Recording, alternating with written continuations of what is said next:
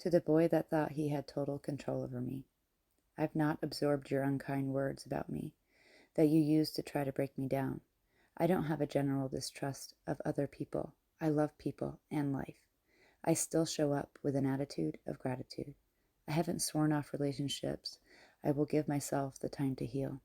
I will enter my next relationship happy, healthy, healed, and ready to continue evolving. I don't sit in my bedroom crying all day. I did enough of that in the dark, laying in bed with you after you took my dignity time and time again. I haven't given up my core sense of optimism and hope. I love this life. I love every twist, turn, and lesson she has provided.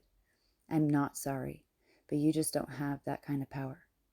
I have thought about what it must be like to be you, to have my moods so dependent on what other people think of me, and to have to constantly seek out the most shallow of interactions to gain a false sense of belonging.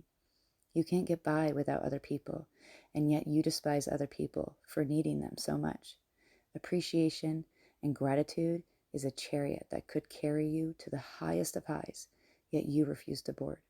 It must be so debilitating living in that head of yours. For some of us, our own solitude is a place of peace. For you, it's a prison.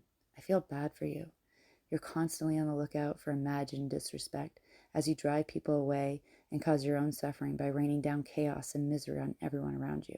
You desperately crave love, but feel contempt towards anyone who shows you any, because anyone who actually loves you, in your eyes, foolish. It must be exhausting to run through all these mental gymnastics to avoid having to feel so empty inside. If I ever come up in your thoughts or conversations, I'm sure I will be talked about as one of those disloyal exes in your past. I know what disloyal means to you now and what you conveniently leave out about yourself. As if somehow the dynamic was ever under my control and I wanted things to turn out this way. Not that I'd expect you to understand that. I was only valuable to you if I looked the other way while you did whatever you wanted, put myself in a box and ignored my own needs, and let you talk to and treat me however you wanted without speaking up. In other words, an object. No one can live like that, at least not happily and with good physical and mental health. So what exactly did I lose? I lost nothing, and I gained so much. You, on the other hand, threw away love. It's not even a fair trade. I get my life back, and you destroyed a perfectly good relationship and lost someone who loved and cared about you.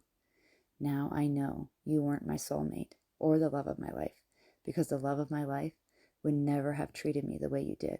The love of your life can't be a one-sided relationship. That could never work, and yet I learned a lot about love in my relationship with you. I also learned a lot of things about myself emotionally and physically. I gained knowledge about becoming a better partner. I gained insight about who I am and what my boundaries are. And most of all, now I know I'm capable of giving someone that much love. So I guess I have to thank you for showing me what was possible, for showing me how strong and capable I truly am, for reminding me that no matter what, I can do the hard thing I didn't think I could, for showing me how beautiful change can be and how facing fears and anxiety help us to grow. I will never feel 1 ounce of regret or shame about walking away.